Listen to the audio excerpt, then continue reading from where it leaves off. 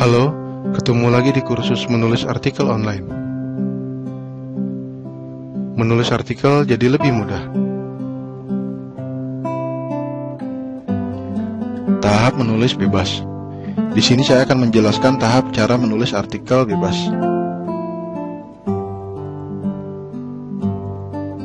Tahap menulis. Yang pertama adalah menentukan ide topik. Kedua, menentukan judul. Ketiga, melakukan bedah topik berdasarkan judul yang telah kita tentukan. Keempat, mengembangkan subtopik. Kelima, menyusun menjadi paragraf. Jadi subtopik tersebut akan dikembangkan, kemudian kita buat kalimat-kalimatnya sesuai subtopik. Setelah itu, kalimat-kalimat tersebut kita susun menjadi paragraf sesuai subtopik masing-masing. Keenam, membuat bagian pembuka. Ketujuh, membuat bagian penutup. Kedelapan, melakukan perbaikan terhadap tulisan.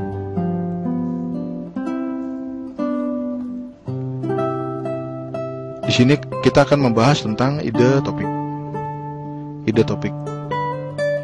Ide topik bisa berasal dari mana aja. Pada saat kita lagi jalan-jalan, lagi baca majalah, nonton TV, atau kita lagi nonton film, ngobrol sama temen, atau kita lagi buka-buka blog, kita bisa mendapatkan banyak ide topik. Contoh ide topik adalah cara bikin blog dan cara bikin nasi goreng. Selanjutnya kita menjabarkan ide topik. Menjabarkan ide topik artinya membayangkan apa saja materi yang akan ditulis ke dalam artikel. Setelah itu, kita mencari referensi untuk bahan tulisan.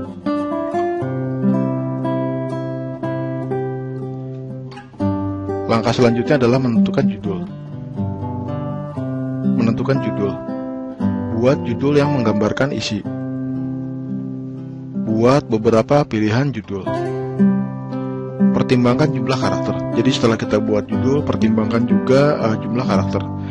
Tingkat kemunculan judul artikel di search engine adalah sebanyak 60-80 karakter. Ini contoh ide topik, cara bikin nasi goreng. Judul artikelnya adalah cara membuat nasi goreng yang enak. Jadi ide topik dengan judul artikel itu berbeda ya. Ide topik itu hanya sebatas ide, jadi belum jadi judul.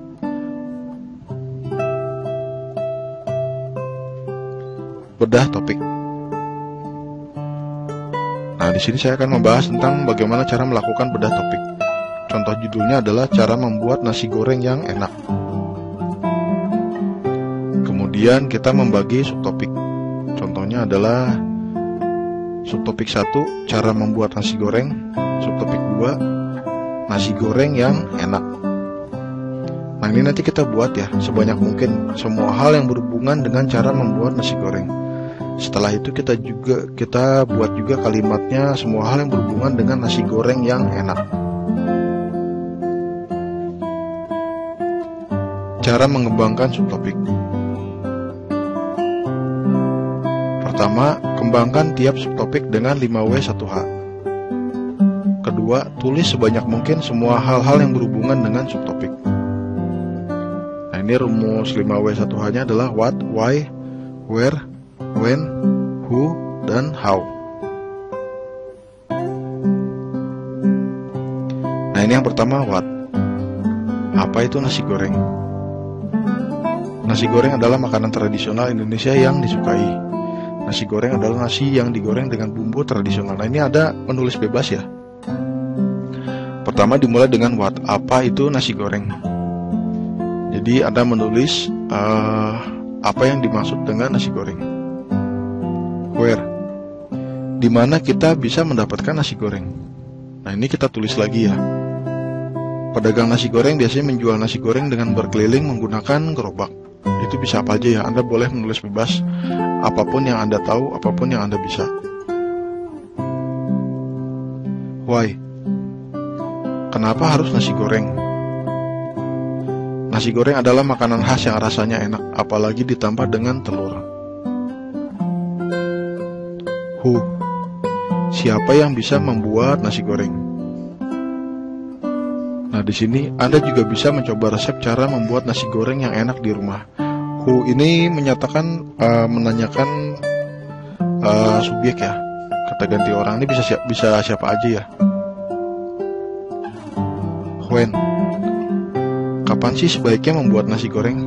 When ini semua hal yang berhubungan dengan waktu. Nasi goreng biasanya dijadikan menu sarapan saat pagi hari. Ini waktu ya, pagi hari.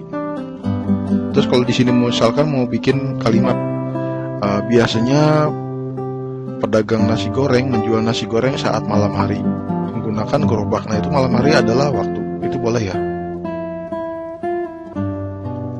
How, cara membuat nasi goreng. Nah, ini nggak perlu resep ya. Bisa aja kita menuliskan tentang tahap-tahapnya secara umum. Nah, di sini contohnya adalah siapkan nasi serta bumbu-bumbu tradisional. Goreng nasi dengan bumbu-bumbu yang sudah dihaluskan. Tambahkan telur agar rasa nasi goreng menjadi lebih enak. Nah, ini teknik dasar ya, cara membuat nasi goreng. Bagian how. Susun menjadi paragraf. Nah, kemudian kalimat-kalimat tadi kita susun menjadi paragraf sesuai subtopik masing-masing ya. Susun menjadi paragraf. Isi subtopik bisa digabung satu sama lain. Kemudian kita menggabungkan kalimat yang memiliki topik yang sama. Beri penambahan kata atau kalimat untuk memperhalus isi. Nah, ini contohnya. Who, siapa yang membuat nasi goreng? Anda juga bisa mencoba resep cara membuat nasi goreng yang enak di rumah. Ini how, cara membuat nasi goreng. Nah, ini antara who dan how bisa digabung ya.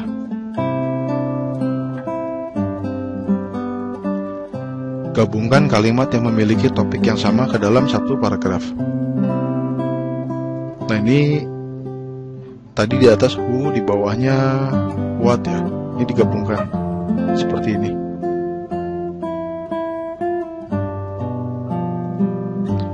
Membuat bagian pembuka. Membuat bagian pembuka. Pertama, berisi ulasan singkat. Kedua, deskripsi singkat. Ketiga, mendorong rasa penasaran. Keempat, bagian pembuka harus singkat, padat, dan jelas. Contohnya adalah, ini kita bisa ambil dari what ya, bagian what. Nasi goreng adalah makanan tradisional Indonesia yang disukai. Nasi goreng adalah nasi yang digoreng dengan bumbu tradisional. Nah, itu deskripsi singkat ya. Deskripsi singkat juga merupakan ulasan singkat. Membuat bagian penutup. Membuat bagian penutup. Pada bagian penutup berisi kesimpulan dari keseluruhan isi artikel.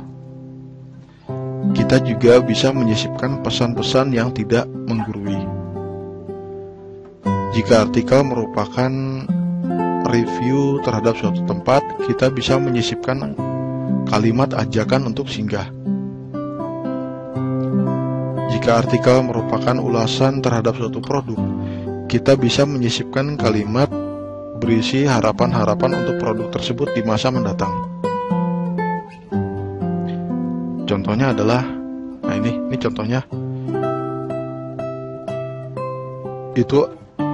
Itulah cara membuat nasi goreng yang mudah. Hanya dengan menggunakan bumbu seadanya, Anda sudah bisa membuat nasi goreng yang enak. Selamat mencoba. Perbaikan tulisan. Setelah semua artikel dibuat, kita melakukan perbaikan tulisan. Di antaranya adalah memperbaiki ejaan, penggunaan tanda baca, kemudian pindahkan kalimat dalam paragraf yang sesuai.